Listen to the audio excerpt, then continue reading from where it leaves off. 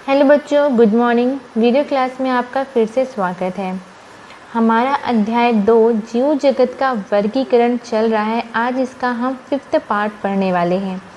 ठीक है, last video class में हमने उन लक्षणों के बारे में पढ़ा था जिन लक्षणों को आधार मानकर R.H. विटेकर ने पृथ्वी के समस्त जीवों को 5 अलग अलग जगतों में वर्गीकृत किया। ठीक है, जिसमें से उन्होंने 3 उनके मुख्य आधार थे, 3 उनके मुख्य लक्षण थे। एक था उनका कोशिकीय संरचना, दूसरा था उनका शारीरिक संगठन और तीसरा था उनका पोषण विधि।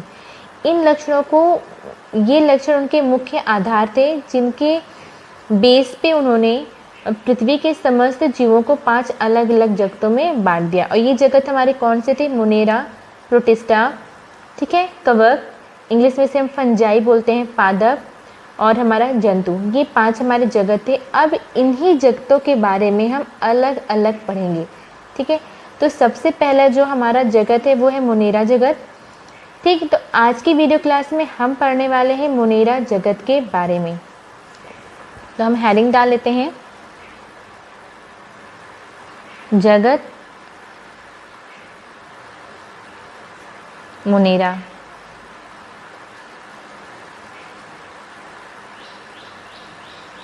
किंगडम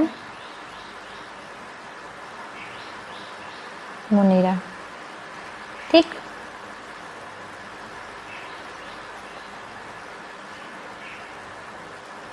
आज हम पढ़ेंगे जगत मोनेरा के बारे में। ठीक, तो जगत मोनेरा में पृथ्वी में पाए जाने वाले समस्त जीवाणुओं को रखा गया है। ठीक है, जो हमारे नीले हरे शैवाल हैं और माइक्रोप्लाज्म हैं, इनको भी जगत मोनेरा में ही रखा गया है।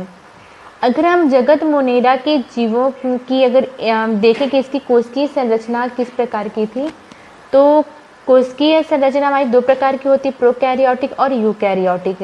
तो जगत मोनेरा में जो जीव पाए जाते थे वो किस प्रकार के पाए जाते थे? प्रोकैरियोटिक। ठीक है, इनकी जो इस जगत के जो जीवों की कोशिकीय संरचना होती है वो किस प्रकार की होती है? प्रोकैरियोटिक होती है। मैंने आपको बताया लास्ट वीडियो क्लास में बताया कि प्रोकैरियोटिक और यूकैरियोटिक कोशिकाओं में क्या अंतर है। ठीक है, प्रोकैरियोटिक कोशिका जो हमारी होती है पुराने किस्म की होती है, इसमें ज़्यादा कुछ नहीं पाया जाता। यूकैरियोटिक कोशिका होती है वो हमारी आज की कोशिका मतलब प्रोकैरियोटिक कोशिका से कहीं ज़्यादा, ठीक है, विकसित कोशिका होती है। प्रोकैरियोटिक में हमारा कहते हैं जो डीएनए होता है वो केंद्रक कला से घिरा हुआ नहीं होता है। ठीक है, ऐसे बहुत और इसमें कोशिकांग नहीं पाए जाते हैं। यहीं पर हमारे यूकैरियोटिक कोशिकाओं में जो कहते हैं उनके केंद्रक कला है, जो उनका डीएनए है वो केंद्रक कला से ढका हुआ होता है, आवरण से ढका होता है। इनमें बहुत से कोशिकांग जैसे माइटोकांड्रिया, गाल्जी बॉडी, अंतःप्रद्रव्य जाल का बहुत से कोशिकांग भी पाए जाते हैं। ठीक है, तो जो जगत मोनेरा में जो जीव है वो किस प्रकार की कोशिकीय संरचना वाले? प्रोकैरियोटिक। ठीक है, और अगर इनकी शारीरिक संरचना देखा जाए तो ये एक कोशिकीय होते हैं। इनकी जो समस्त जैविक क्रिया होती है वो एक ही कोशिका में संपन्न होती है। ठीक है, तो अगर हम कोशिकीय संरचना देखें इसमें जगत मोनेरा के जीवों की कोशिकीय संरचना अगर देखें तो कैसी है? प्रोकैरियोटिक है।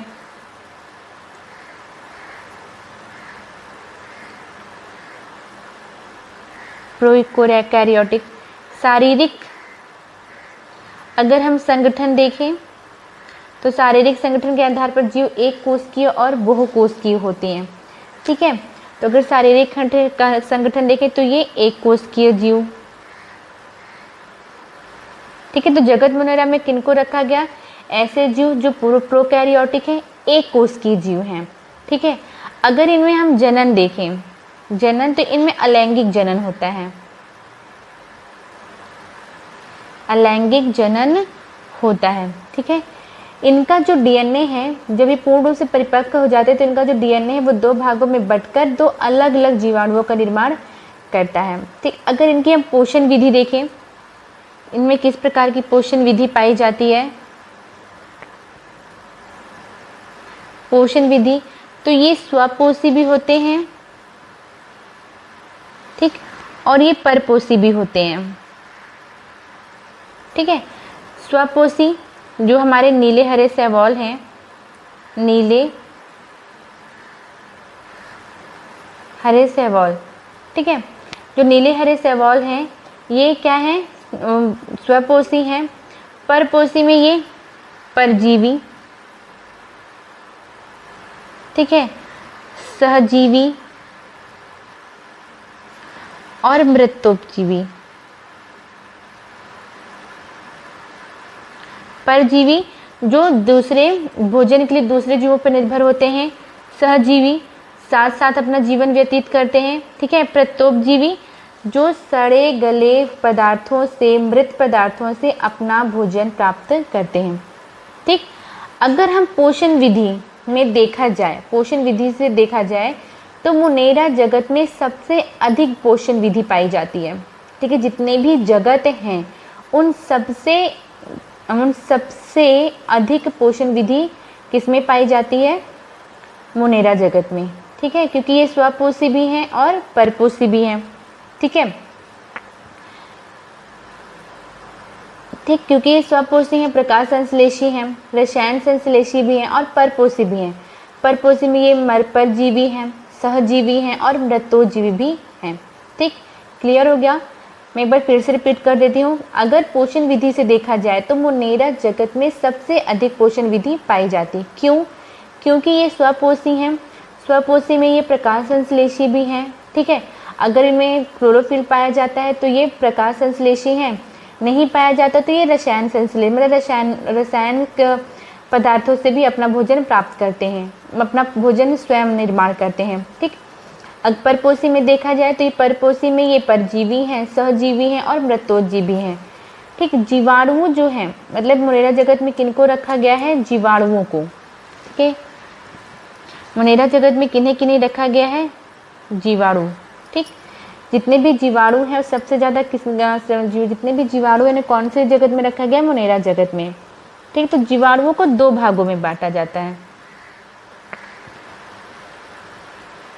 जीवाणुओं को दो भागों में बांटा गया है, ठीक है। कौन कौन से? यूबैक्टीरिया, जीवाणुओं को हम इंग्लिश में बैक्टीरिया भी बोलते हैं, ठीक है। यूबैक्टीरिया और आर्कीबैक्टीरिया,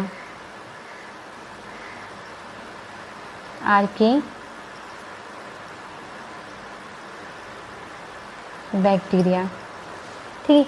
ये बैक्टीरिया सामान्य बैक्टीरिया होते हैं, ठीक। यूबैक्टीरिया कैसे बैक्टीरिया होते हैं? ये एकदम सामान्य बैक्टीरिया होते हैं, ये सभी जगहों पर पाए जाते हैं, ठीक है। लिखेंगे ये बैक्टीरिया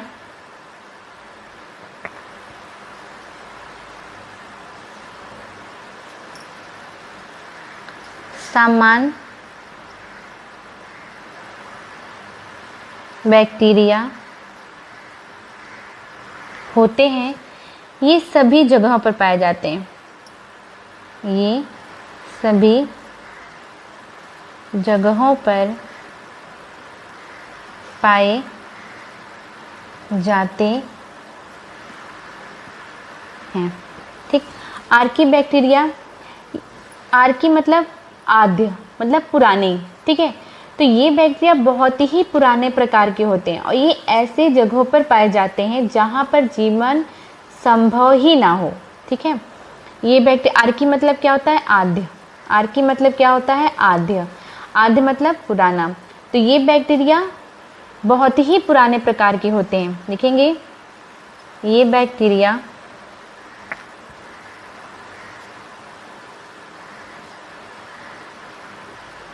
बहुत ही पुराने प्रकार के होते हैं और ये ऐसे जगहों पर पाए जाते हैं जहाँ पर जीवन जहाँ पर जीवन संभव ही ना हो। ठीक है, जैसे हमारा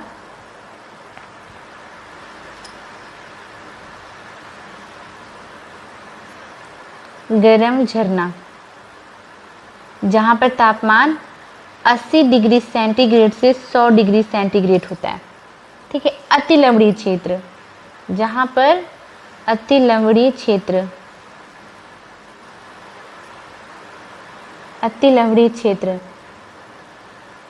ठीक है, ऑक्सीजन की अनुपस्थिति।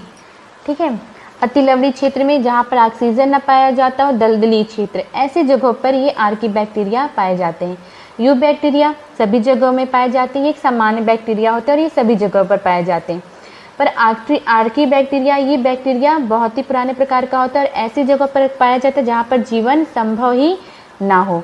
जैसे हमारा गर्म झरना, जिसका तापमान 80 डिग्री सेंटीग्रेड से 100 डिग्री सेंटीग्रेड होता है। ठीक है, अति लवणीय क्षेत्र, जहाँ पर ऑक्सीजन नाम मतलब उपस्थिति ना हो, और दलदली क्षेत्र, ऐसे जगहों पर ये पाया जाता है जहाँ पर जीवन संभव ही ना हो।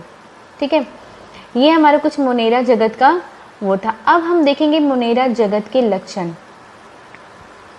ठीक है, हम जगत मोनेरा के बारे में पढ़ रहे थे। ठीक, जीवाणु हमारे जगत मोनेरा में किसको रखा गया है? ऐसे जीवों को रखा गया है जो प्रोकैरियोटिक, एक कोशिकीय, ठीक है, स्वपोषी, परपोषी हैं, और इसमें जितने भी जीवाणु हैं उन्हें रखा गया है। ठीक है, नीले हरे शैवालों को रखा गया है। ठीक, तो जो जीवाणु हैं, सबसे ज़्यादा जगत मोनेरा में जीवाणु हैं, तो जो जीवाणु हैं उन्हें दो भागों में बांटा गया है। ठीक, यू बैक्टीरिया और आर्की बैक्टीरिया। यू बैक्टीरिया एक समान बैक्टीरिया है और ये सभी जगहों पर पाया जाता है। आर्की बैक्टीरिया एक पुराने प्रकार का बैक्टीरिया है और ये ऐसी जगहों में पाया जाता है जहाँ पर जीवन संभव नहीं होता है। ठीक है, अब हम देखते हैं जगत मोनेरा या जीवाणुओं के लक्षण। ठीक है, या इनके सामान्य लक्षण कौन कौन से हैं। तो हेडिंग हम डालेंगे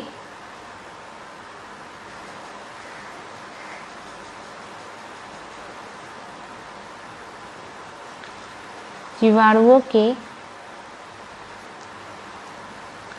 सामान्य लक्षण। ठीक,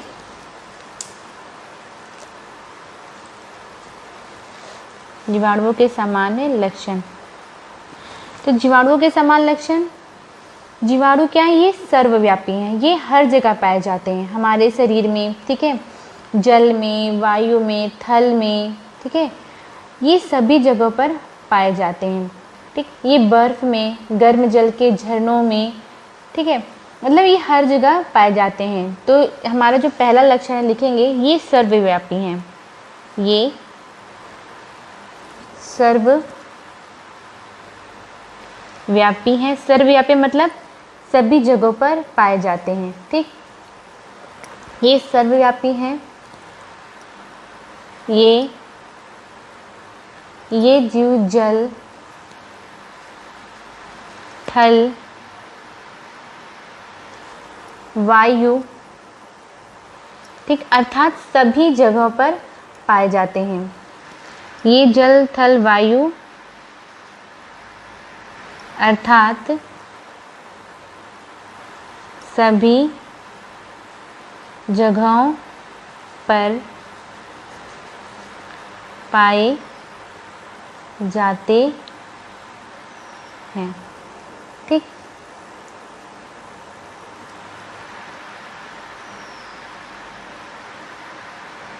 जीवाणु बर्फ तथा गर्म जल के झरने, जिसका तापमान 80 डिग्री सेंटीग्रेड से भी अधिक होता है। ठीक है, जीवाणु बर्फ तथा गर्म जल के झरनों में पाए जाते हैं।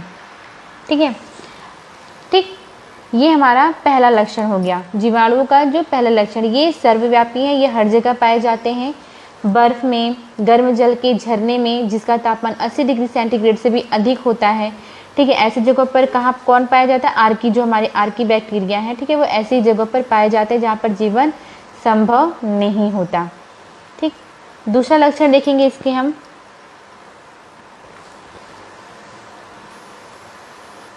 हम जगत मुनेरा या जीवाणुओं के समान लक्षण के बारे में देख रहे हैं, ठीक है। तो इसका दूसरा लक्षण है, तो जो जगत मुनेरा में जो जीव पाए जाते हैं, इनकी जो कोशिका भित्ति होती है, ठीक है, वो पेप्टाइडोग्लाइकान की बनी होती है। तो लिखेंगे इनमें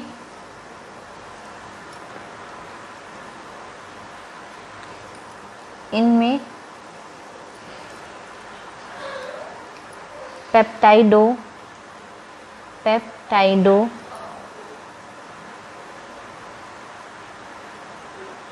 ग्लाइकन की बनी कोशिका भित्ति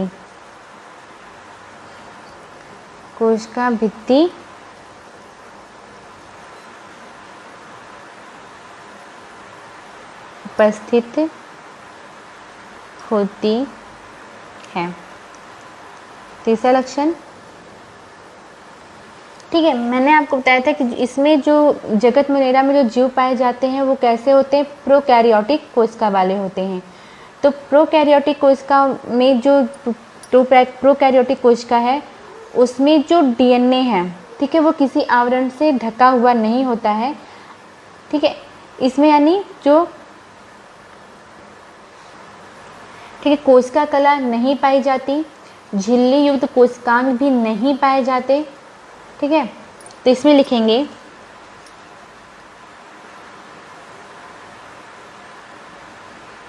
कोशिका कला अनुपस्थित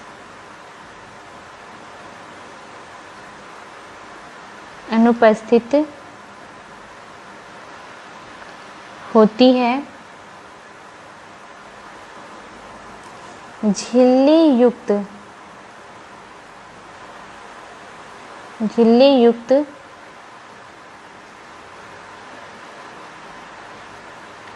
कोशिकांग भी नहीं पाए जाते, ठीक। हम चौथा जगत मुनेरा का चौथा लक्षण देखेंगे।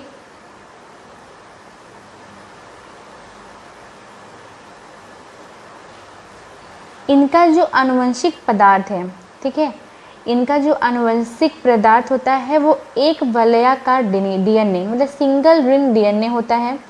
इसमें हिस्टोन प्रोटीन नहीं पाया जाता, ठीक है, ठीक। और ये जो डीएनए है जिस आवरण से ढका होता, मैंने बताया कि जो मतलब जो इनका डीएनए है वो किसी आवरण से ढका हुआ नहीं होता, मतलब इसमें केंद्रक कला नहीं पाई जाती, ठीक। तो इसमें लिखेंगे इनका जो आनुवंशिक पदार्थ, इनके आनुवंशिक पदार्थ में हिस्टोन प्रोटीन नहीं पाया जाता। लिखेंगे इनके आनुवंशिक पदार्थ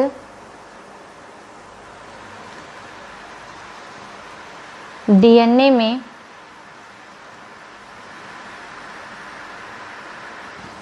हिस्टोन प्रोटीन अनुपस्थित होता है, ठीक है। इसके बारे में हम अभी हिस्टोन प्रोटीन के बारे में अभी आगे चैप्टर में पढ़ेंगे। अभी आप बस इतना ही यहाँ पर जान लीजिए, ठीक है। पांचवा लक्षण देखेंगे, इसमें जो राइबोसोम पाया जाता है, ठीक है, इसमें जो राइबोसोम वो 70S प्रकार का पाया जाता है। देखेंगे इनमें राइबोसोम, जगत मुनेरा के जीवों में जो राइबोसोम होता है वो 70S प्रकार का पाया जाता है। इनमें राइबोसोम 70S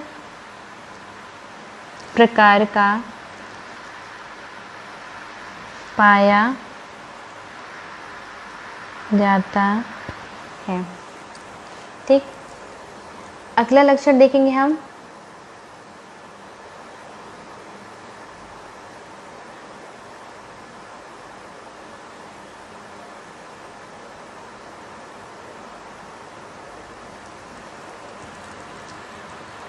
ठीक है, इनमें मीसोसोम पाया जाता है। ठीक है, मीसोसोम क्या करता है? ये श्वसन का कार्य करता है। ठीक,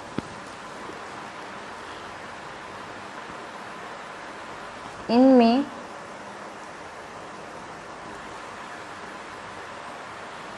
श्वसन के लिए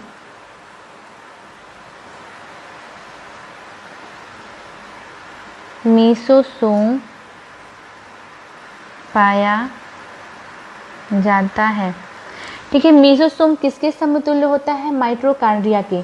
जैसे यू जो हमारे कहते यू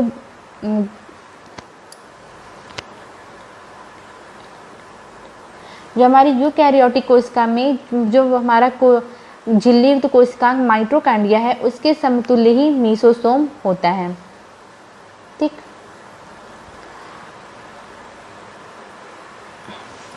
अगला हम देखेंगे 7वां लक्षण।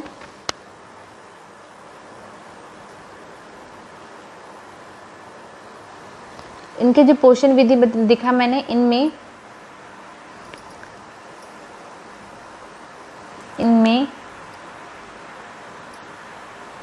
स्वपोषी तथा परपोषी दोनों ही प्रकार की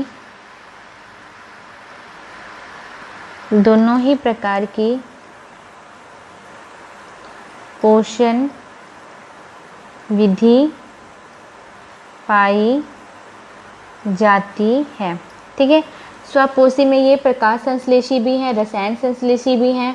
ठीक, परपोषी में ये परजीवी हैं, सहजीवी हैं और मृतोपजीवी भी हैं। ठीक, जगत मुनेरा में सबसे अधिक पोषण विधि पाई जाती है और जगतों के तुलना में। ठीक, ये आप बिल्कुल भी भूलिएगा नहीं कि पोषण विधि, जो सबसे ज़्यादा पोषण विधि, वो जगत मुनेरा में ही पाई जाती है।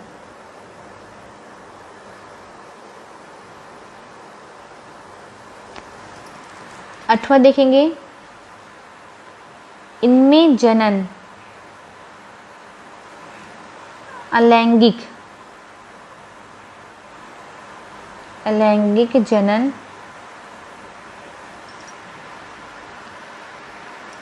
होता है। ठीक है, इनमें अलैंगिक जनन होता है।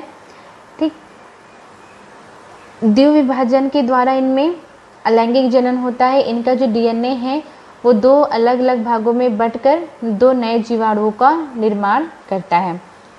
ठीक है, इनमें जो जनन अलैंगिक जनन होता है। आगे देखेंगे, जगत मुनेरा के कुछ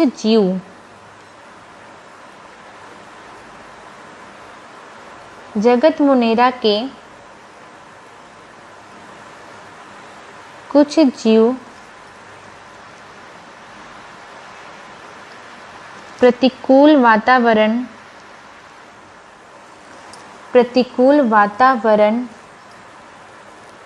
में भी पाए जाते हैं। ठीक, ये हमारा 9वां लक्षण था।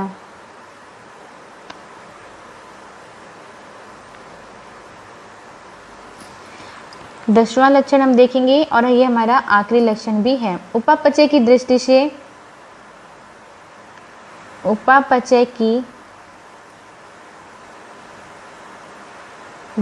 से अन्य जीवों की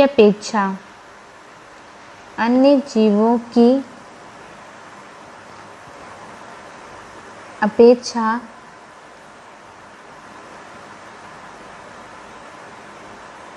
जीवाणुओं में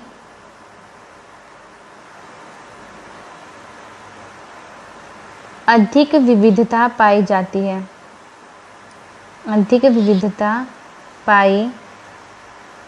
जाती है।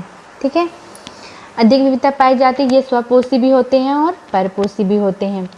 ठीक है, तो ये 10 लक्षण हैं जो हमारे जीवाणुओं के भी लक्षण हैं और जगत मुनेरा। अगर आपसे प्रश्न पूछता है कि जगत मुनेरा के लक्षण क्या है तो भी आप यही लिखेंगे, और अगर ये पूछता है कि जीवाणुओं के समान लक्षण क्या है तो भी आप यही लिखेंगे। ठीक है, क्योंकि जगत मुनेरा में किसको रखा गया है? जीवाणुओं को रखा गया है। ठीक, तो अगर आपसे ये पूछता है कि जगत मुनेरा के लक्षण क्या है तो आप कंफ्यूज मत होइएगा, जगत मुनेरा के भी आप यही लक्षण हैं और जीवाणुओं के भी यही लक्षण हैं। तो जगत मुनेरा के जो जीव हैं, ठीक, जो जगत मुनेरा के जीव वो क्या है? वो सर्वव्यापी हैं। ये जल, थल, ठीक है, ये सभी जगहों पर पाए जाते हैं। इनकी जो कोशिका भित्ति होती है वो पेप्टाइडोग्लाइकन की बनी होती है। इनमें कोशिका कला नहीं पाई जाती। ठीक, इसमें झिल्ली युक्त कोशिकांग भी नहीं पाए जाते हैं। इनका जो आनुवंशिक पदार्थ जो डीएनए होता है उसमें हिस्टोन प्रोटीन भी नहीं पाया जाता। इनमें राइबोसोम 70S प्रकार का पाया जाता है। इनमें श्वसन के लिए मीसोसोम पाया जाता है जो यूकैरियोटिक कोशिका के झिल्लीयुक्त कोशिकांग माइटोकॉन्ड्रिया के समतुल्य होता है। ठीक, इनमें स्वपोषित तथा परपोषित दोनों ही प्रकार की पोषण विधि पाई जाती है।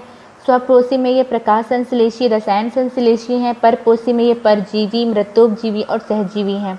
ठीक है, और जगत मुनेरा में हम सबसे अधिक पोषण विधि पाई जाती है और जगतों की अपेक्षा। इनमें जो जनन होता है वो अलैंगिक जनन होता है। द्विविभाजन के द्वारा इनमें जनन होता है। इनका जो डीएनए है 2 भागों में विभाजित होकर, मतलब अर्धसूत्री विभाजन द्वारा इनका जो डीएनए है वो 2 भागों में विभाजित हो जाता है और 2 अलग अलग जीवाणुओं का निर्माण होता है। ठीक है, जगत मुनेरा के कुछ जीव प्रतिकूल वातावरण में भी पाए जाते हैं, जैसे हमारा यूबैक्टीरिया। ठीक है, यूबैक्टीरिया किसमें? प्रतिकूल वातावरण में पाए जाते हैं। अगर उपापचय की दृष्टि से देखा जाए तो अन्य जीवों की अपेक्षा जीवाणुओं में अधिक विविधता पाई जाती है। तो ये हमारे 10 लक्षण जीवाणुओं के समान लक्षण हैं और जगत मुनेरा के लक्षण हैं। ठीक है, अब हम देखेंगे जीवाणुओं के प्रकार कि जीवाणु कितने प्रकार के पाए जाते हैं। जीवाणु 2 प्रकार के होते हैं, यूबैक्टीरिया और आर्कीबैक्टीरिया। ठीक है, यूबैक्टीरिया, पहले हम यूबैक्टीरिया के बारे में पढ़ेंगे, उसके बाद हम आर्कीबैक्टीरिया के बारे में पढ़ेंगे। यूबैक्टीरिया के बारे में पढ़ने से पहले मैं जीवाणुओं के बारे में आपको कुछ बातें बता दूं जो आपको पता होनी चाहिए। ठीक है, ये कुछ महत्वपूर्ण बातें हैं जो आपको पता होनी चाहिए। ठीक, जीवाणुओं का अध्ययन हम जीवाणु विज्ञान के अंतर्गत करते हैं। ठीक है, जीवाणुओं का जो हम अध्ययन करते हैं हम किसके अंतर्गत करते हैं? जीवाणु विज्ञान के अंतर्गत। ठीक है, इंग्लिश में से हम बोलते हैं बैक्टीरियोलॉजी। जीवाणु विज्ञान को इंग्लिश में क्या बोलेंगे? बैक्टीरियोलॉजी। ठीक, जीवाणु विज्ञान के अंतर्गत लिखेंगे इसमें जीवाणु विज्ञान के अंतर्गत हम जीवाणु की रचना, आकार,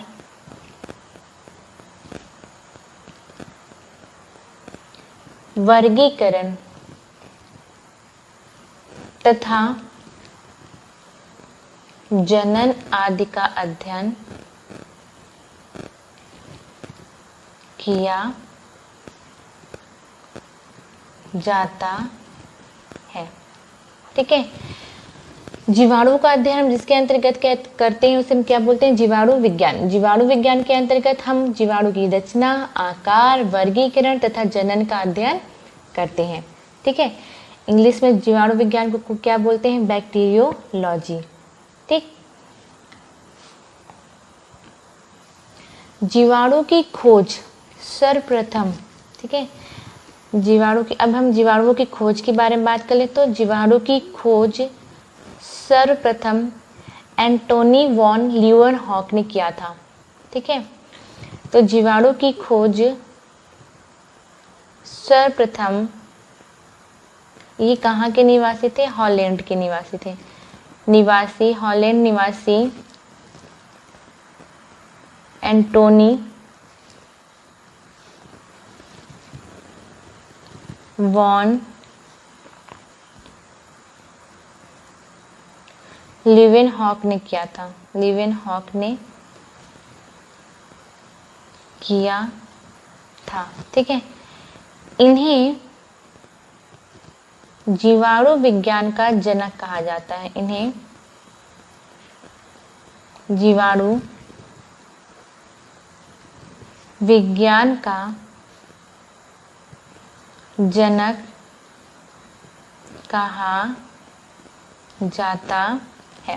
ठीक है, फादर ऑफ बैक्टीरियोलॉजी, इन्हें जीवाणु विज्ञान का जनक कहा जाता है क्योंकि सबसे पहले जीवाणुओं की खोज किसने की थी? एंटोनी वॉन लीवेनहॉक ने की थी। ठीक है, लुई पाश्चर ने, ठीक है, लुई पाश्चर ने प्रयोगों द्वारा यह सिद्ध किया था कि फर्मेंटेशन यानी किण्वन की जो प्रक्रिया होती है वो सूक्ष्म जीवों द्वारा होती है। ठीक है, सबसे पहले लुई पाश्चर ने अपने प्रयोगों द्वारा ये सिद्ध किया कि जो फर्मेंटेशन की क्रिया, ठीक है, किण्वन की क्रिया किसके द्वारा होती है? सूक्ष्म जीवों के द्वारा संपन्न होती है। तो इसमें लिखेंगे लुई पाश्चर ने अपने प्रयोगों द्वारा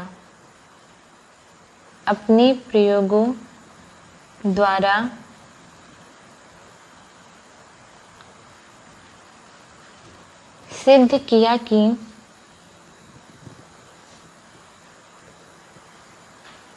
किण्वन फर्मेंटेशन, इंग्लिश में क्या बोलते हैं इसे? फर्मेंटेशन की क्रिया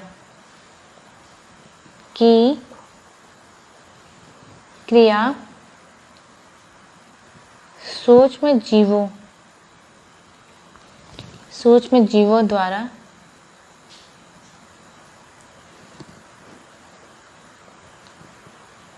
होती है।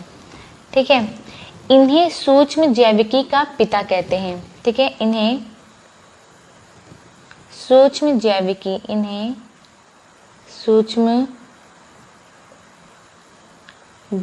का पिता, फादर ऑफ माइक्रोबायोलॉजी। ठीक है, इन्हें सूक्ष्म जैविकी का पिता, फादर ऑफ माइक्रोबायोलॉजी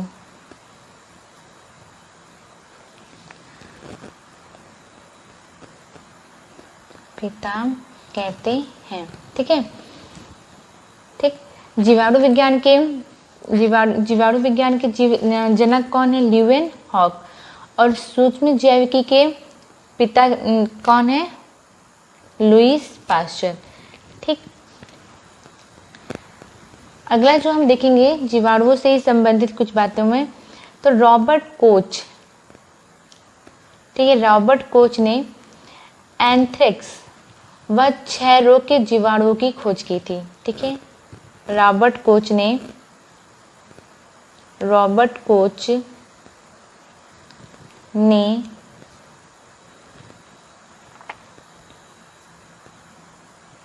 एंथ्रेक्स व क्षय रोग के जीवाणुओं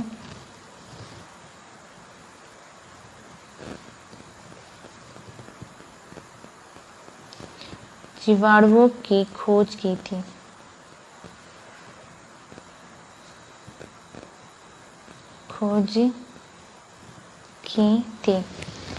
ठीक है, इन्हें आधुनिक विज्ञान का जनक कहा जाता है। इन्हें आधुनिक जीवाणु विज्ञान का जनक, father of modern biology, father of modern biology कहा जाता है। ठीक,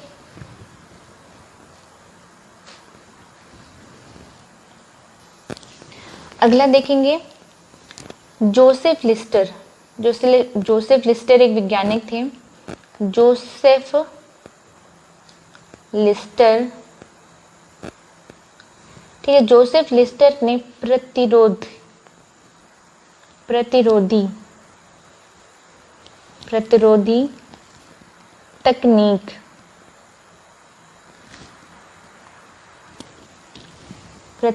तकनीक प्रस्तुत की थी। ठीक है, एंटीसेप्टिक टेक्निक किसने प्रस्तुत की थी? जोसेफ लिस्टर ने। ठीक, एंड लास्ट एक है एलसी कैलमेरी। एलसी कैलमेरी ने बीसीजी, ठीक है, ये एक वैक्सीन है जो बच्चों को लगती है। बीसीजी वैक्सीन की खोज की थी। बीसीजी वैक्सीन की खोज की थी। ठीक है, ये कुछ इंपॉर्टेंट बातें थी जीवाणुओं से रिलेटेड जो आपको पता होनी चाहिए थी। ठीक है, अब हम पढ़ते हैं यू बैक्टीरिया के बारे में। यू बैक्टीरिया, ठीक है, यू बैक्टीरिया, आर्की बैक्टीरिया और यू बैक्टीरिया दो प्रकार के बैक्टीरिया पाए जाते हैं। तो सबसे पहले हम किसके बारे में पढ़ेंगे? यू बैक्टीरिया के बारे में।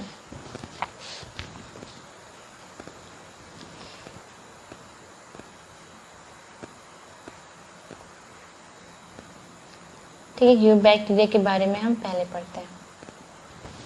ठीक है, अगर यू बैक्टीरिया के लक्षण की बात करें, ठीक है, यू बैक्टीरिया के लक्षण, समान लक्षण के बारे में बात करें, ठीक, तो वही सब लक्षण लिखेंगे जो हमने अभी पढ़े। ठीक है, जैसे ये प्रोकैरियोटिक होते हैं। ठीक है, अभी हमने थोड़ी देर पहले ही जीवाणुओं के समान लक्षण या जगत मोनेरा के जो लक्षण पढ़े हैं। ठीक है, यू बैक्टीरिया के भी वही लक्षण है। ये सर्वव्यापी हैं। ठीक, जल थल वायु सभी जगह पाए जाते हैं। इनकी कोशिका पेप्टाइडोग्लाइकन की बनी होती है। ये प्रोकैरियोटिक होते हैं। ठीक है, एक कोशिकीय होते हैं। ठीक है, इसमें कोशिका कला और कोशिकांग, झिल्लीयुक्त कोशिकांग नहीं पाए जाते हैं। ठीक है, श्वसन के लिए इसमें मीसोसोम पाया जाता है और इसमें जो राइबोसोम होता है वो 70S प्रकार का पाया जाता है। ठीक, यह पोषण विधि में देखा जाए तो ये स्वपोषी भी हैं, परपोषी भी हैं। स्वपोषी में ये प्रकाश संश्लेषी हैं, रसायन संश्लेषी हैं, और परपोषी में ये मृतोपजीवी, सहजीवी और परजीवी हैं। ठीक है, तो सेम वही लक्षण है जो हमने अभी पढ़े, तो इसको मैं नहीं लिखूंगी। आप वही लक्षण, अगर यू बैक्टीरिया के लक्षण पूछते तो आप वही सारे लक्षण फिर से लिख देंगे। अब हम इसके आकार के बारे में देखते हैं। ठीक है, इसके प्रकार, ये कितने प्रकार के पाए जाते हैं। ठीक है, लक्षण में हम नहीं लिखेंगे, मैंने आपको ऐसे बता दिया है। अब हम इसके प्रकार देखें। अगर हम प्रकार की बात करें तो जीवाणु विभिन्न आकृतियों के पाए जाते हैं, विभिन्न आकृतियों के, ठीक है, विभिन्न आकार के, मतलब ये विभिन्न प्रकार के पाए जाते हैं। तो लिखेंगे हम जीवाणु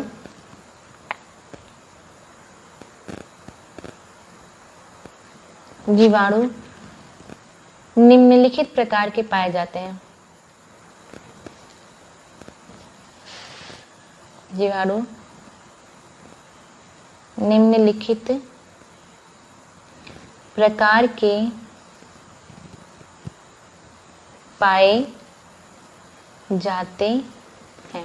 ठीक है, यू बैक्टीरिया हमारे बहुत ही प्रकार के पाए जाते हैं। अगर हम लोग सबसे पहले देखें गतिशीलता, अगर इनकी हम मूवमेंट के आधार पर देखें तो ये कई प्रकार के होते हैं। तो सबसे पहले हम देखेंगे गतिशीलता के आधार पर। गतिशीलता के आधार पर,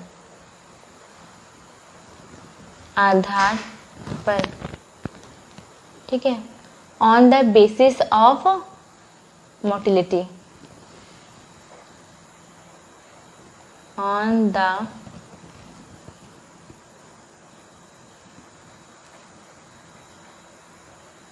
basis of motility.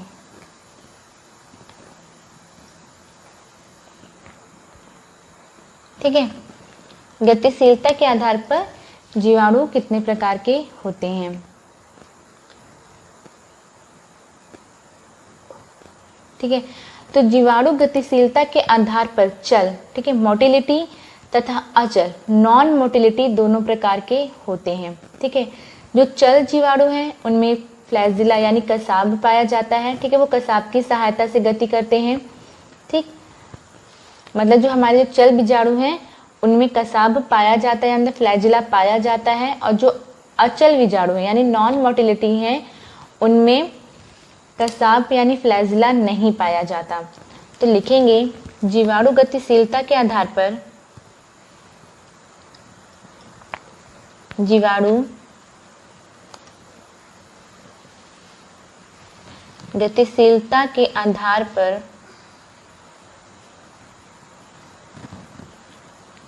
पर चल, ठीक है, मोटाइल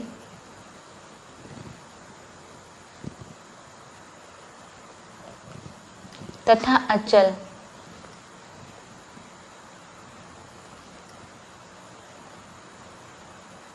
नॉन मोटाइल। ठीक है, दोनों प्रकार के होते हैं, दोनों प्रकार के होते हैं। चल जीवाणु में कसाब यानी फ्लैजिला, कसाब फ्लैजिला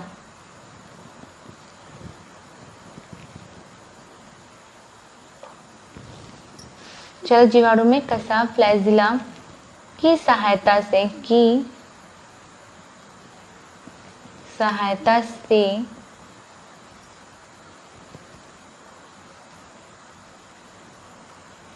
चलन होता है। ठीक है, तो गतिशीलता के आधार पर जीवाणु चल अचल दोनों होते हैं। ठीक है, जो चल जीवाणु हैं उसमें चलन के लिए क्या पाया जाता है, फ्लैजिला पाया जाता है। ठीक है, तो कसाब के आधार पर, ठीक है, यानी फ्लैजिला के आधार पर जीवाणु निम्न प्रकार के हो सकते हैं। ठीक है, तो जो सबसे पहले अकसाबी, ठीक है, कसाब की मतलब इसके आधार पर जीवाणु निम्न प्रकार के होते हैं जिनमें कसाब नहीं पाया जाता। ठीक है, ठीक, वो उसकी तो कोई बात ही नहीं, पर जिनमें कसाब पाया जाता है तो ये कई प्रकार के होते हैं। तो कसाब के आधार पर जीवाणु निम्न प्रकार के होते हैं। जो सबसे पहला है अकसाबी,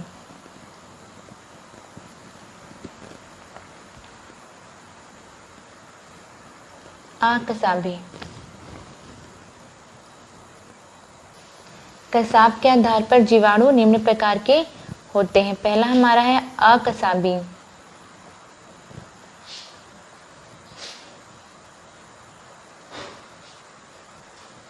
ठीक, अकसाबी जीवाणु, इनमें कसाब नहीं पाया जाता। ठीक है, इन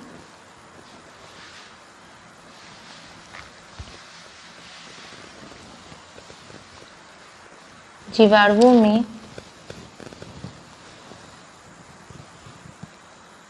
कसाब नहीं पाया जाता। ठीक है, जिनमें कसाब नहीं पाया जाता उन्हें हम क्या बोलते हैं, अकसाबी। इन जीवाणुओं में कसाब नहीं पाया जाता। ठीक है, जैसे पास्चुरेला,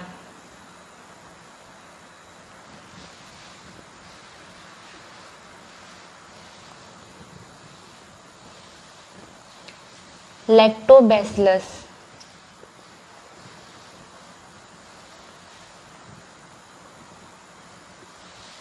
लैक्टोबैसिलस।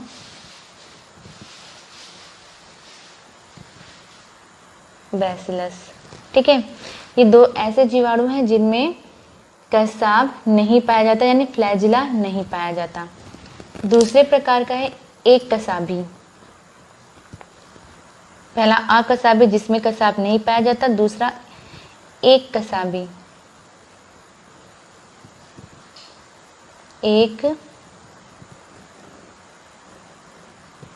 कसाबी, ठीक।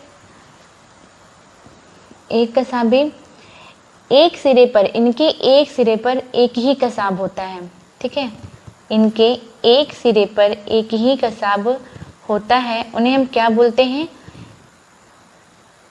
एक कसाबी, ठीक है। ऐसे जीवाणु जिनके एक ही सिरे पर एक कसाब पाया जाता है, जिनके एक सिरे पर कसाब पाया जाता है, उन्हें हम एक कसाबी जीवाणु कहते हैं।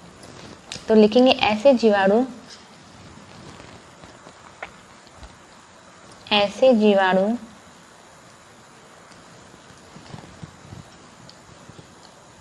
ऐसे जीवाणु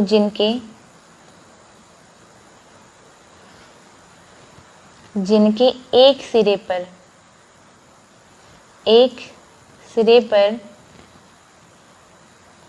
एक कसाब पाया जाता है, ठीक। जैसे थायोबैसिलस,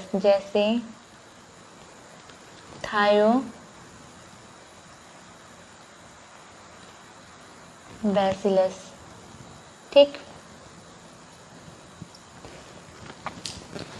अगर इनकी संरचना देखें तो इनकी संरचना किस प्रकार होगी उन जीवाणुओं की? इस प्रकार की, ठीक है। इनके एक ही सिरे पर ये ऐसे दिखेंगे, इनके एक ही सिरे पर फ्लैजिला पाया जाता है, ठीक है। ये जीवाणु की संरचना है, इनके एक ही सिरे पर एक कसाब पाया जाता है, उन्हें हम क्या बोलते हैं? एक कसाबी जीवाणु बोलते हैं, ठीक है।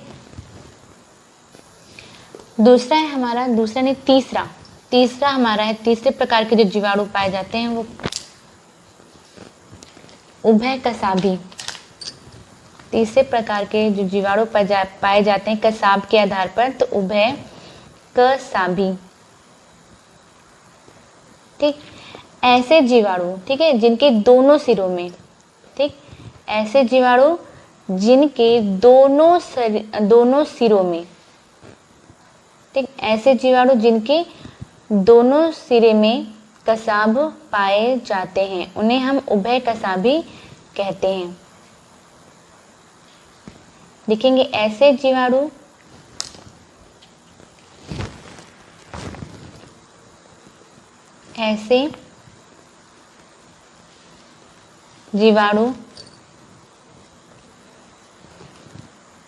जिनके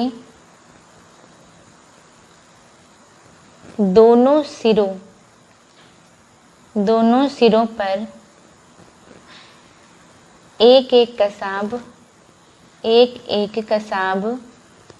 ठीक है। इसके दोनों सिरों में फ्लैजिला पाई जाती है, दोनों सिरों पर एक एक कसाब होती है, उन्हें हम क्या बोलते हैं? उभय कसाबी। जैसे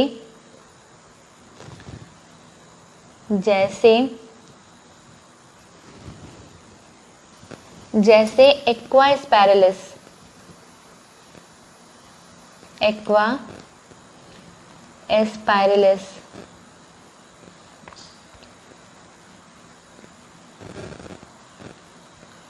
स्पाइरलिस सर्पेंस,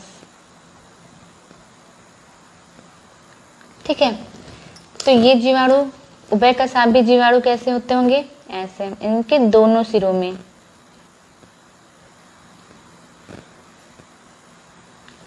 ठीक है, इनके दोनों सिरों में कसाब पाई जाती है, ठीक।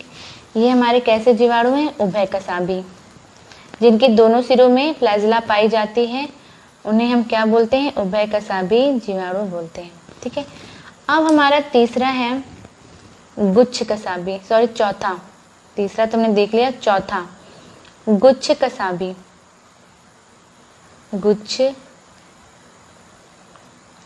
कसाबी।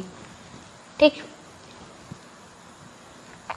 इनके दोनों सिरों पे दोनों से इनके एक सिरे पे क्या होता है, जो कसाबों का क्या होता है, गुच्छा टाइप का होता है। ठीक है, इनके एक या दोनों सिरों पर कसाबों का एक समूह होता है, उन्हें हम क्या बोलते हैं, गुच्छ कसाबी। इनके एक या दोनों सिरों पर कसाबों का क्या होता है, समूह होता है, उन्हें हम लोग क्या बोलते हैं, गुच्छ कसाबी। तो इसमें लिखेंगे ऐसे जीवाणु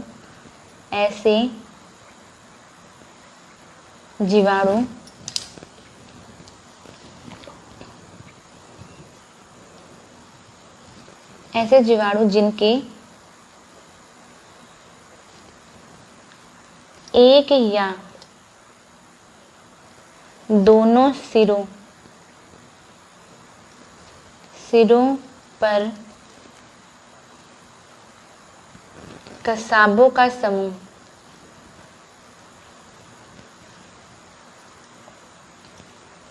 होता है, उन्हें हम लोग क्या बोलते हैं, गुच्छ कसाबी बोलते हैं। जैसे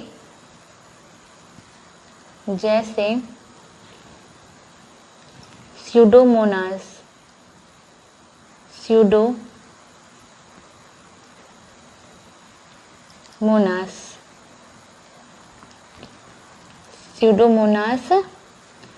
फ्लोरीसेंस,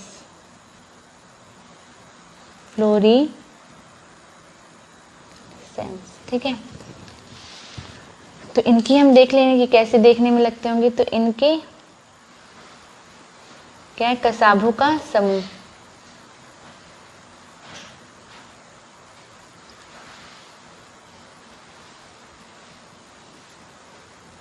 ठीक है, ये जो जीवाणु होंगे वो देखने में इस प्रकार होंगे। ठीक है, इनके एक या दोनों सिरों पर कसाबों का क्या है, समूह पाया जाता है। मतलब एक कसाब नहीं पाया जाता, कसाबों का क्या समूह पाया जाता है, उन्हें हम क्या बोलते हैं, गुच्छ कसाबी बोलते हैं।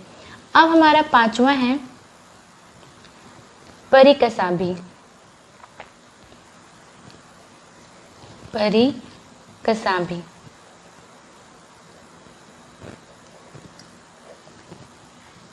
ठीक, ऐसे जीवाणु जिनका संपूर्ण शरीर, ठीक है, ऐसे जीवाणु जिनका संपूर्ण शरीर कसाबों से भरा होता है। ठीक है ना, ऐसे जीवाणु जिनका पूरा शरीर कसाबों से भरा होता है, उन्हें हम क्या बोलते हैं, परिकसाबी। तो लिखेंगे ऐसे जीवाणु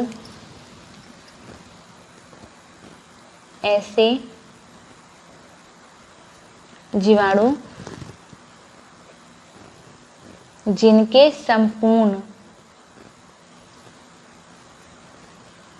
शरीर में कसाब पाई जाती है। ठीक है, इनके संपूर्ण शरीर में कसाब पाई जाती है, जैसे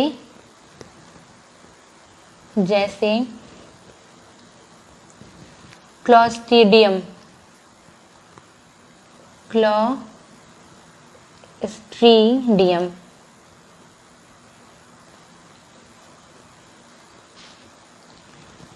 एस्चेरिया,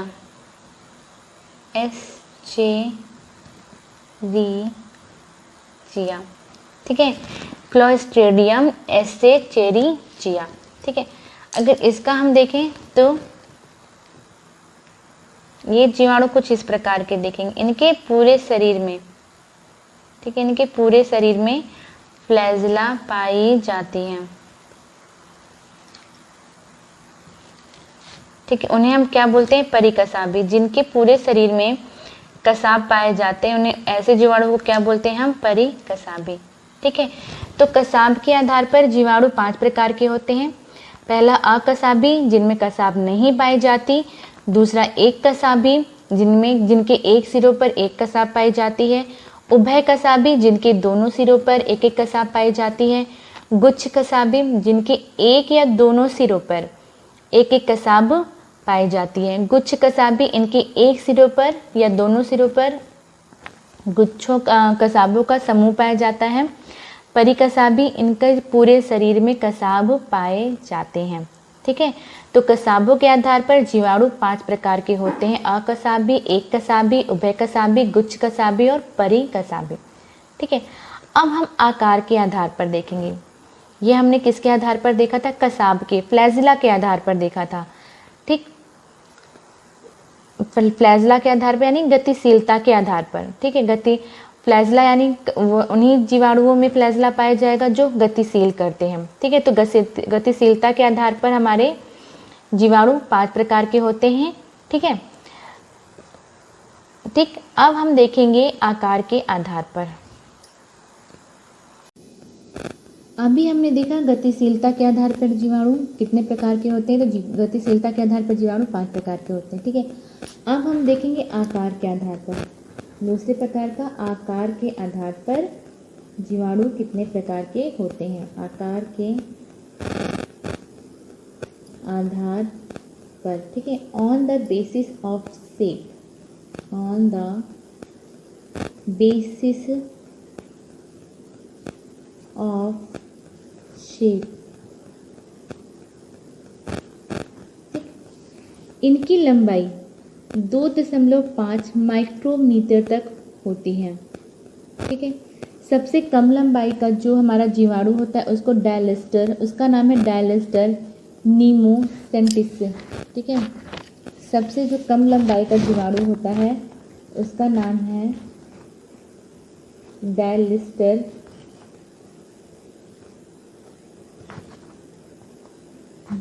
नीमोसेंटिस।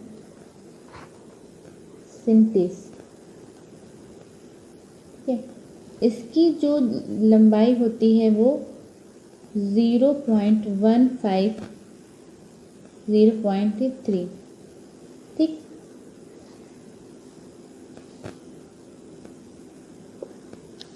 ये सबसे छोटा जीवाणु है। सबसे अधिक लंबाई का जो जीवाणु होता है,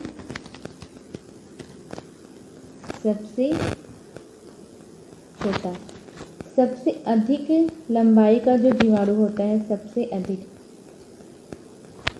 ठीक है, उसका नाम है स्पाइरलस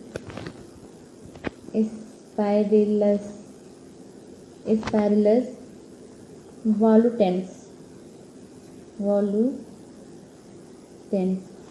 ठीक, इसकी जो लंबाई होती है 15। ठीक है, ठीक, जो सबसे छोटा डायलिस्टर माइक्रोमीटर। ठीक है, आप ये मत सोचिएगा कि सेंटीमीटर, माइक्रोमीटर। इनकी जो जीवाणु की लंबाई होती है वो 2.5 माइक्रोमीटर तक होती है, मतलब जो इनकी नॉर्मल लंबाई होती है। इसमें से जो सबसे कम लंबाई का जो जीवाणु होता है वो डायलिस्टर होता है। इसकी जो लंबाई होती है 0.15 से 0.3 माइक्रोमीटर होती है।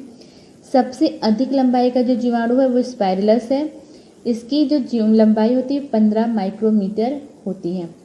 ठीक, हम आकार के आधार पर जीवाणु हमारे कई प्रकार के होते हैं। आकार के आधार पर जीवाणु निम्न प्रकार के होते हैं। आकार के आधार पर जीवाणु निम्न प्रकार के होते हैं।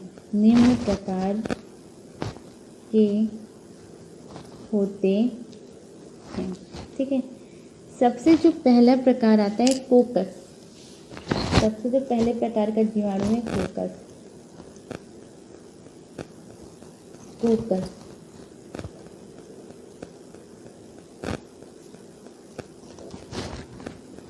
ठीक है, ठीक, इसमें गोलाकार कोकस, गोल नाम से समझ में आ रहा है, इसमें गोलाकार जीवाणु आते हैं। इसमें जितने भी कोकस में जितने भी जीवाणु आएंगे, जितने भी गोल आकार के जीवाणु होते हैं उन्हें हम क्या बोलते हैं? कोकस। इसमें गोलाकार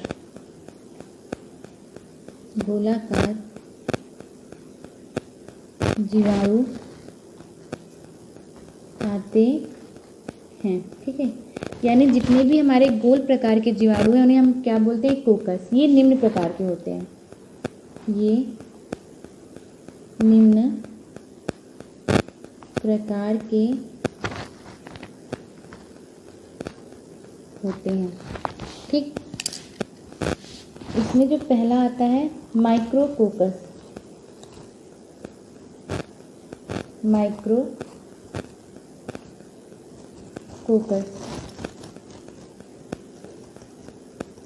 तो ये कोकस हम उन जीवाणुओं को बोलते हैं जो गोल आकार के पाए जाते हैं। इनमें जो पहला है माइक्रोकोकस।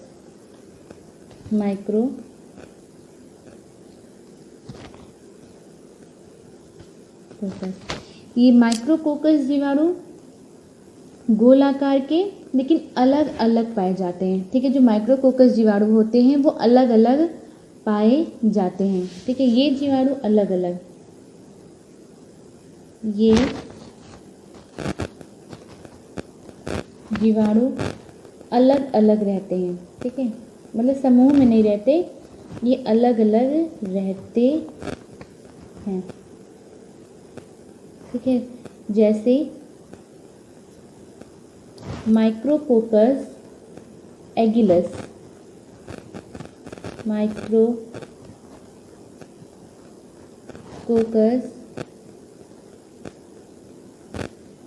एगिलिस। ठीक है, ये जीवाणु आज गोल आकार के और अलग अलग। ठीक है, ये किस प्रकार? इस प्रकार के ये जीवाणु कहते हैं, एक तो गोल आकार के होते हैं माइक्रोकोकस, कोकस। ठीक है, जिनमें कोकस वर्ड लग गया तो यानी ये गोल आकार के। ठीक है, कोकस क्या है? हमारे गोल आकार के जीवाणु है। तो जिसमें ये कोकस वर्ड लग गया तो हमें समझ में आना चाहिए कि ये कौन से जीवाणु के बारे में बात हो रही है? ऐसे जीवाणु के बारे में जो गोल आकार के पाए जाते हैं। माइक्रोकोकस जीवाणु अलग अलग। ठीक है, ये समूहों में नहीं होते, ये अलग अलग पाए जाते हैं। ठीक, दूसरा हमारा है डिप्लोकोकस। इसमें कोकस में ही हमारा दूसरा है डिप्लोकोकस। डिप्लोकोकस,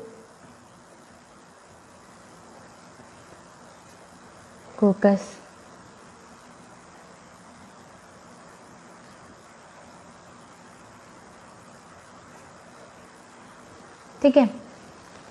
ये डिप्लोकोकस जो जीवाणु होते हैं ये दो के समूहों में पाए जाते हैं। माइक्रोकोकस अलग अलग पाए जाते हैं, डिप्लोकोकस ये जीवाणु दो के समूहों में पाए जाते हैं।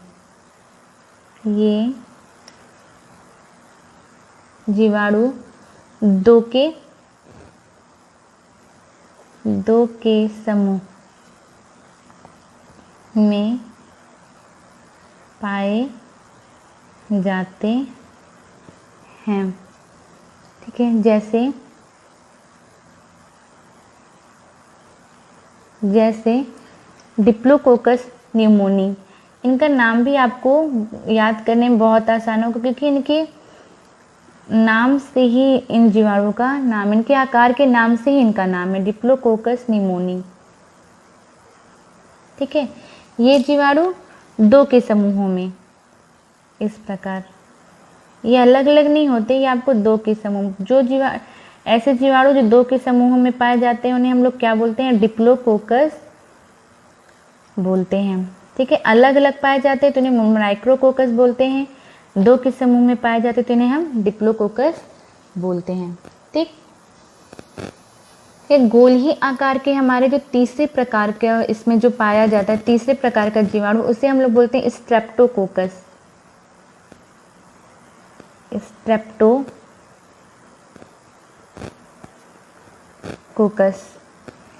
ठीक है, ये एक लंबी श्रृंखला के रूप में पाए जाते हैं। ठीक है, ऐसे जीवाणु जो एक श्रृंखला के रूप में, स्ट्रेप्टोकोकस।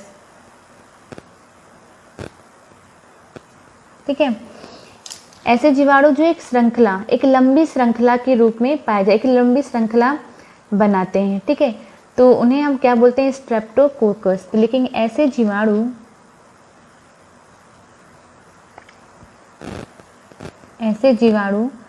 जो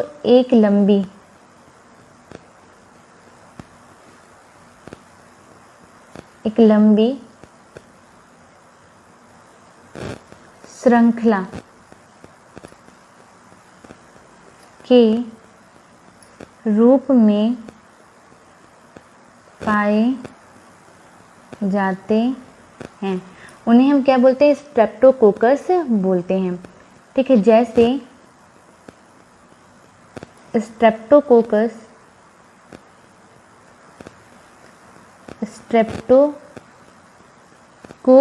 लैक्टिस। ठीक है, स्ट्रेप्टोकोकस जीवाणु कैसे होते हैं? ये एक लंबी श्रृंखला के रूप में पाए जाते हैं, गोल आकार के होते हैं पर एक लंबी श्रृंखला ऐसे इस प्रकार के होते हैं। ठीक है, अब हमारे जो अगले प्रकार का गोल आकार में पाया जाता है उसे हम बोलते हैं टेट्रॉड। टेट्रॉड टेट्रॉड टेट्रॉड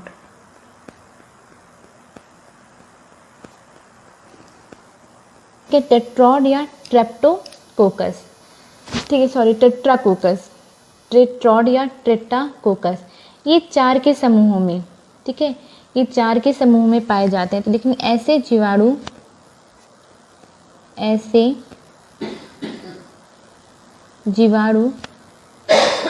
जो 4 के समूह में पाए जाते हैं। ठीक है, जैसे निसेरिया,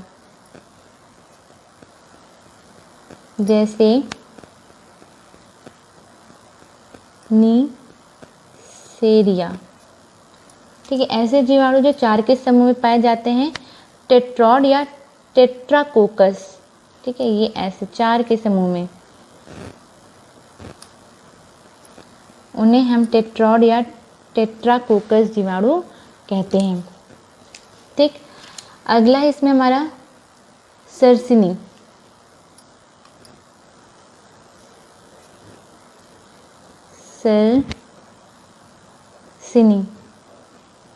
ठीक है,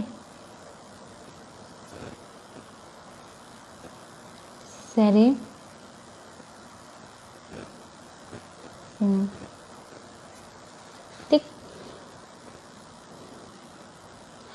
ये 8 से 64 ये ऐसे जीवाणु, ठीक है, ये जो जीवाणु है 8 से 64 या इससे भी अधिक के घनाकृतिक, ठीक है, ये क्यूब की संरचना में पाए जाते हैं। ठीक है, इनमें जीवाणु की संख्या कितनी होगी? 8 से 64 या इससे अधिक भी हो सकती है। तो लिखेंगे ऐसे जीवाणु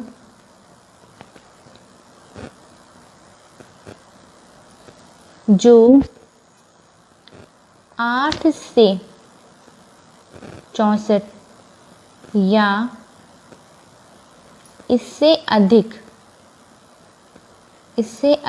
के घनाकृतिक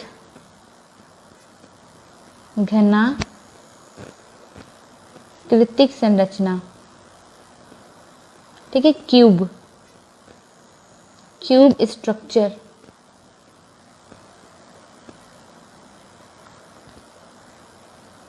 घनाकृतिक संरचना में पाए जाते हैं,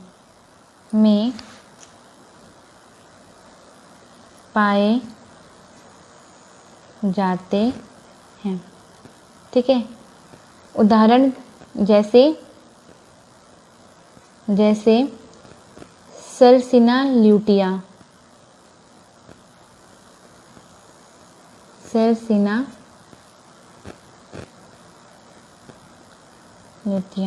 इनका आपको नाम याद करने में बहुत आसानी होगी क्योंकि इनके आकार के नाम से ही इनका नाम है। ठीक है, ये 8 से 64 क्यूब की संरचना बनाते हैं।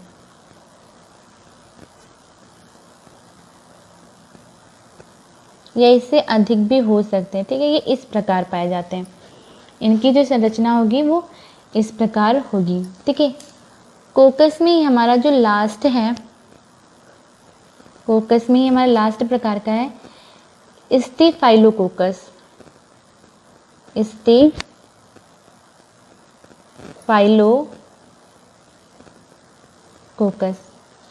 ठीक है,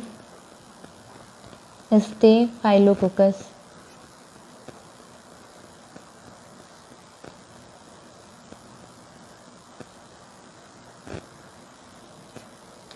ठीक है, ये झुंड में रहते हैं। जो स्टेफाइलोकोकस है वो क्या होते हैं, झुंड में रहते हैं। ठीक है, कोई आकार नहीं क्रम बनाते। ये जो सरसनी प्रकार के जो जीवाणु हैं वो क्या करते हैं, क्यूब का स्ट्रक्चर बनाते हैं। पर जो स्टेफाइलोकोकस है वो सिर्फ झुंड में रहते हैं। ठीक, ऐसे जीवाणु जो झुंड में पाए जाते हैं, ठीक, उन्हें हम क्या बोलते हैं, स्टेफाइलोकोकस। ठीक है, तो ऐसे जीवाणु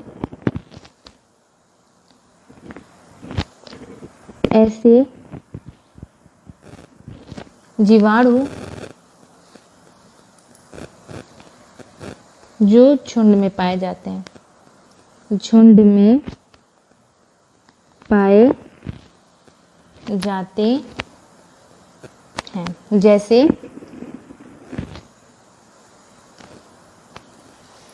जैसे स्टेफाइलोकोकस ऑरियस, स्टेफाइलोकोकस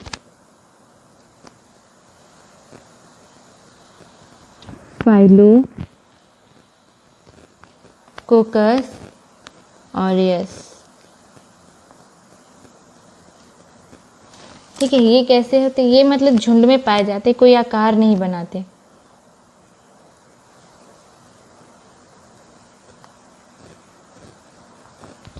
ठीक है, इन्हें क्या बोलते हैं, स्टेफाइलोकोकस बोलते हैं। तो कहते हैं कोकस मतलब ऐसे जीवाणु जो गोलाकार के होते हैं उन्हें हम कोकस बोलते हैं। ठीक है, अब हमारा जो दूसरा है बैसिलस, अगला है हमारा बैसिलस।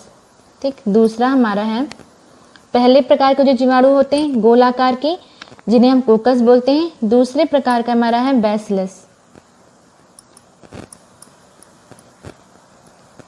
बैसिलस ऐसे इनका जो आकार होता है वो छड़ के आकार का होता है। जो छड़ के आकार के जीवाणु होते हैं उन्हें हम क्या बोलते हैं, बैसिलस बोलते हैं। ठीक है, जो गोल आकार के जीवाणु पाए जाते हैं उन्हें हम कोकस बोलते हैं। जो छड़ के आकार का, ये डंडे के आकार के, ठीक है, उन्हें हम बोलते हैं बैसिलस जीवाणु, बैसिलस। ठीक, उनको क्या बोला जाता है, बैसिलस बोला जाता है। तो ठीक है, लेकिन इसमें ऐसे जीवाणु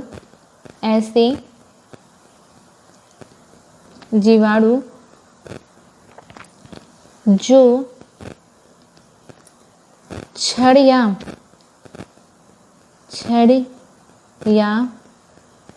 डंडे के आकार के होते हैं उन्हें हम बैसिलस, ठीक है, बैसिलस बोलते हैं, बैसिलस कहते हैं। ठीक है, ये निम्न प्रकार के होते हैं, ये निम्न प्रकार के होते हैं। ठीक, सबसे पहला हमारा जो आता है ए नंबर, मोनोबैसिलस।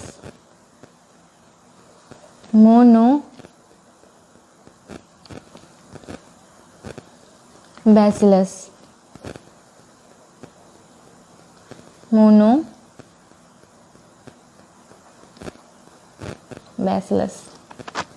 ठीक, इसमें केवल एक बैसिलस होता है। ठीक है, जैसे कोकस में माइक्रोकोकस अलग अलग पाए जाते थे, तो इसमें भी जो छड़ के आकार के जीवाणु पाए जाते हैं, जो डंडे के आकार के पाए जाते हैं, अगर वो एक हैं तो उसे हम क्या बोलते हैं, मोनोबैसिलस। ठीक,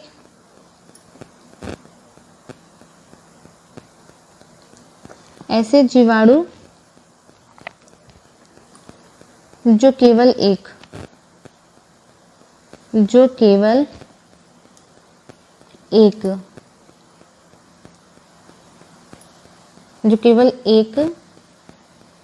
होते हैं, उन्हें हम मोनोबैसिलस बोलते हैं। ठीक है, इस प्रकार। ठीक है, ये छड़ के आकार के, गोल डंडे के आकार के होते हैं। अगर ये एक है, अकेला है, तो इसे हम मोनोबैसिलस बोलते हैं। ठीक है, दूसरा इसमें हमारा आता है डिप्लोबैसिलस। डिप्लोबैसिलस,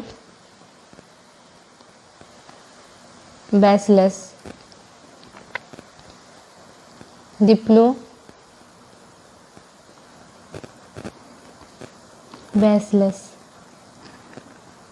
ठीक है, ये दो के समूहों में यानी जोड़ों में, ये जोड़ों में आते हैं, दो के समूहों में या जोड़ों में। तो ऐसे जीवाणु, ऐसे बैसिलस जीवाणु जो दो में या जोड़ों, ऐसे जीवाणु जो दो के समूहों में या जोड़ों में रहते हैं। ठीक है, तो ऐसे जीवाणु जो दो के समूहों में या जोड़ों में पाए जाते हैं, उन्हें हम डिप्लोबैसिलस जीवाणु बोलते हैं। ठीक है, बैसिलस ऐसे जीवाणु जिनका आकार डंडे के या छड़ के आकार का। ठीक है, ये जोड़ों में या दो के समूहों में इस प्रकार पाए जाते हैं। ऐसे जीवाणु को हम क्या बोलते हैं? डिप्लोबैसिलस। ठीक है, जो हमारा इसी में तीसरे प्रकार का है स्ट्रेप्टोबैसिलस। में स्ट्रेप्टोबैसिलस। ठीक है, स्ट्रेप्टोबैसिलस।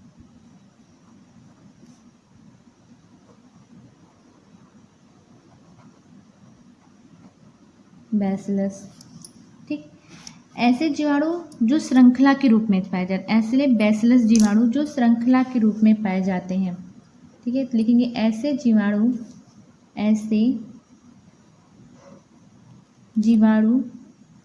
जो श्रृंखला के रूप में पाए जाते हैं।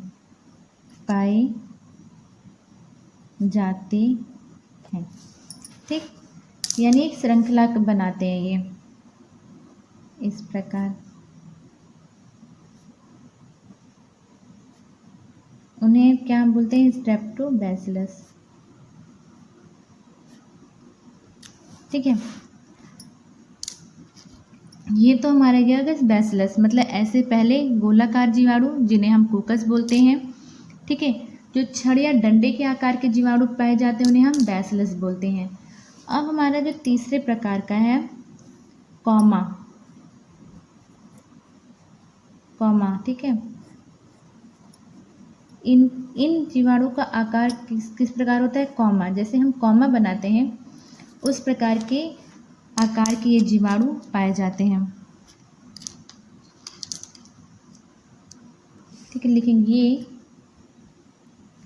कॉमा की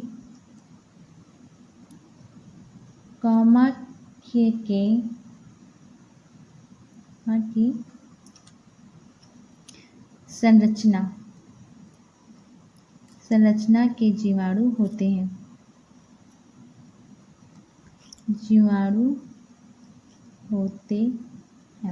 ठीक है, इनका जो संरचना कैसी होती है? कॉमा के आकार की होती है। जैसे विब्रियो कोलेरी।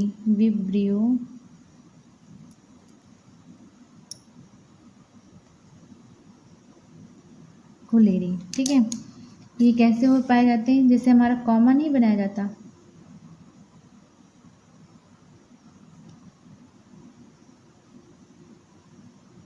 इस प्रकार। ठीक है, ऐसे जीवाणु जो कॉमा के आकार के संरचना वाले होते हैं उन्हें हम कॉमाकार जीवाणु बोलते हैं। ठीक, चौथा है हमारा सर्पिल या कुंडलित।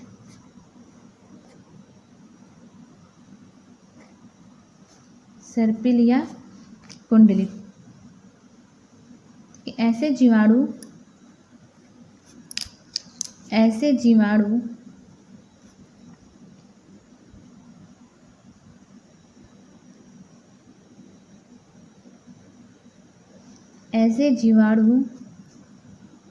जो सर्पिल यानी जो सांप के आकार के, जो सर्पिल या कुंडलित, कुंडलित मतलब गोल, उसने गोल गोल, सर्पित या कुंडलित आकार के होते हैं,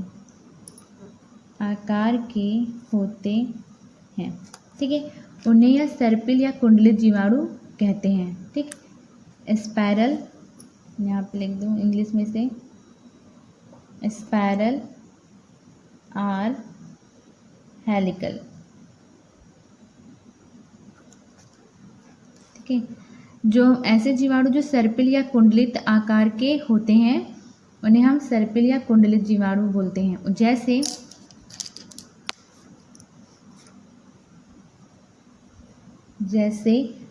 स्पाइरिलम,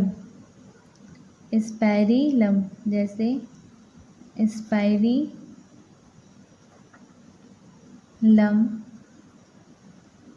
रूप्रम।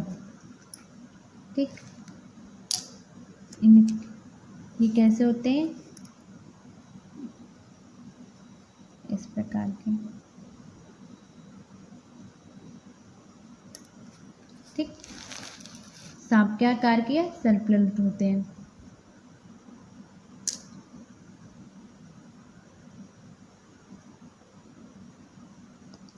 इन चारों आकारों के अलावा भी, ठीक है, इन चारों आकारों के अलावा भी कुछ अन्य प्रकार के भी जीवाणु पाए जाते हैं, जिसमें से हमारा पहला है तंतुमय। इन चारों आकारों के अलावा कुछ अन्य प्रकार के भी जीवाणु पाए जाते हैं, जैसे तंतुमय। ठीक है, कुछ जीवाणु तंतुनुमा भी होते हैं, लिखेंगे इसमें, कुछ जीवाणु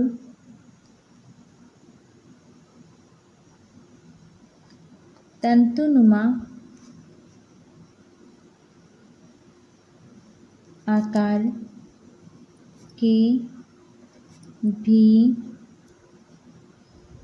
होते हैं। ठीक, जैसे बैजियोटोवा,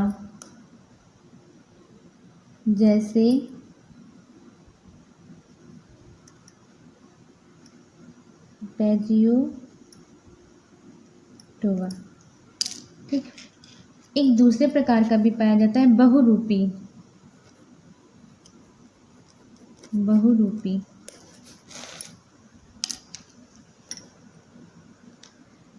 कुछ जीवाणुओं में वातावरण के, ठीक, इनके नाम से ही पता चल रहा है बहुरूपी, तो कुछ ऐसे जीवाणु होते हैं जो वातावरण के अनुसार अपने आकार को बदलते हैं। ठीक है, तो उन्हें हम क्या बोलते हैं, बहुरूपी।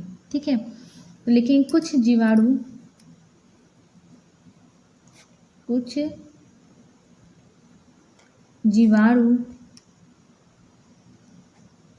वो में वातावरण के अनुसार, कुछ जीवाणुओं में वातावरण के अनुसार वे अपने आकार में परिवर्तन, आकार में अस्थायी, मतलब ये परिवर्तन स्थायी नहीं होता, अस्थायी परिवर्तन के गुण पाए जाते हैं। ठीक, जैसे जैसे एसिटोबैक्टर, एसिटोबैक्टर, ठीक है।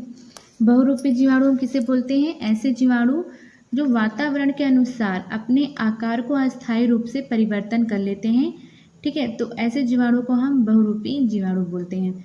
तो आकार के आधार पर हमने 4 प्रकार के जीवाणु देखे। कोकस, ऐसे जीवाणु जो गोल आकार के पाए जाते हैं। बैसिलस, ठीक है। ऐसे जीवाणु जो छड़ के आकार के या रॉड के आकार के पाए जाते हैं उन्हें हम बैसिलस बोलते हैं। कौमाकार जीवाणु, ठीक है, इनका आकार होता है वो कौमा के आकार का होता है। सर्पिल या कुंडलित, ऐसे जीवाणु जिनका आकार सर्प के आकार का या कुंडलन में होता है उन्हें हम सर्पिल या कुंडलित जीवाणु बोलते हैं, ठीक है। कुछ और भी ऐसे जीवाणु पाए जाते हैं, ठीक है, जो कहते हैं इसमें नहीं, मतलब कुछ ऐसे जीवाणु हैं जो और भी आकार के पाए जाते हैं, जैसे एक तंतुमय जीवाणु हो गया, एक बहुरूपी जीवाणु हो गया, जो वातावरण के अनुसार अपने आकार को अस्थायी रूप से परिवर्तन कर लेता है, ठीक है। तो जीवाणु के ये हमारे प्रकार, जीवाणु हमारे कितने प्रकार के पाए जाते हैं ये हमने देख लिया। आज की वीडियो क्लास के लिए बच्चों इतना ही। मिलते हैं नेक्स्ट वीडियो क्लास में, ठीक है। तब तक के लिए बाय बाय। पढ़ते रहिए। अगर कुछ भी नहीं समझ में आ रहा है तो कमेंट बॉक्स में ज़रूर पूछिए। मैं बार बार रिपीट करती हूँ कि पूछिए ज़रूर। अगर कोई भी डाउट है तो कमेंट बॉक्स में ज़रूर पूछिए। आपके जो भी क्वेश्चन हैं, जब चैप्टर ये ख़त्म हो जाएगा उसके बाद में एक अलग से आपके क्वेश्चंस के जितने भी क्वेश्चन मुझे पूछे गए हैं उनका एक अलग से मैं सेपरेट वीडियो अपलोड कर दूँगी, ताकि जिन जिन बच्चों के जो डाउट्स हैं वो दूर हो जाए, ठीक है। लेकिन ये वीडियो मैं कब पोस्ट करूँगी? चैप्टर ख़त्म होने के बाद, ठीक है, ताकि चैप्टर से रिलेटेड जितने भी आपके डाउट्स हों वो सब मुझे मिल जाएं। उसके बाद मैं सारे डाउट्स को एक ही वीडियो में क्लियर कर दूँगी, ठीक है बच्चों। Okay, bye.